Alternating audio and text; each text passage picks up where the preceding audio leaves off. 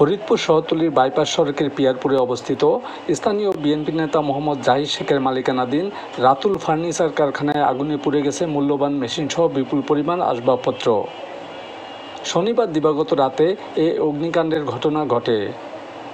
কারখানায় আগুনের ধোঁয়া দেখতে পেয়ে স্থানীয়রা দীর্ঘ প্রচেষ্টা চালিয়ে আগুন নিয়ন্ত্রণে আনতে সক্ষম হন। এ সময় আগুনে বেশ কয়েকটি মেশিন, বানানো ফার্নিচার ও কাঠ সম্পূর্ণভাবে পুড়ে নষ্ট হয়ে যায়। বিএনপি নেতার কারখানা আগুনে পুড়ে যাওয়ার পর সেটি দেখতে যান জাতীয়তাবাদী মহিলা দলের কেন্দ্রীয় কমিটির যুগ্ম সম্পাদক চৌধুরী নায়েব ইউসুফ।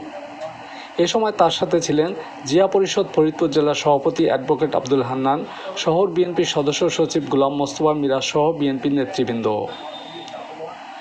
আগুনে ক্ষতিগ্রস্ত কারখানার মালিক জাহিদ শেখ জানান, আগুনে পুড়ে তার প্রায় 12 লাখ টাকার ক্ষতি হয়েছে।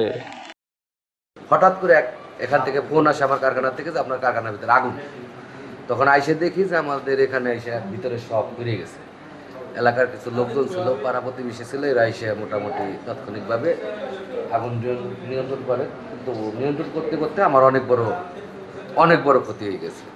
এখানে মনে করেন প্রায় 2.5 থেকে 3 লাখ টাকার মেশিন পুড়ে গেছে, প্রায় 5-6 লাখ টাকার কাঠ পুড়ে গেছে, ফ্যান, ইলেকট্রিক সব লাইট পুড়ে গেছে, ফ্যান ট্যান যা ছিল তা তো ওই যে দেখাই যেতেছে সব পুড়ে। ফার্নিচার, রেডি ফার্নিচার তৈরি করা কাঠ ওই জায়গায় পুড়ে গেছে, প্রায় 4 থেকে 5 লাখ টাকার কাঠ পুড়ে গেছে।